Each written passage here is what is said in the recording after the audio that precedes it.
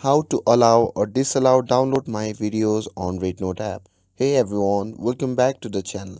In today's video, I'm going to show you how you can simply allow or disallow to download your videos on REDnote app. So without further ado, let's get started.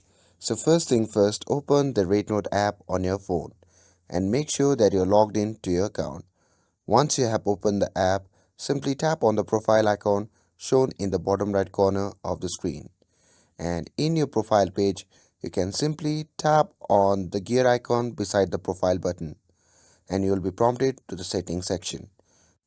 And in this section you can see the option labeled privacy settings. Simply tap on that, and from here you can see the option labeled allow download my videos. By toggling on that option, you can allow the other users to download your videos, but by toggling off that option you will disallow the other peoples to download your videos.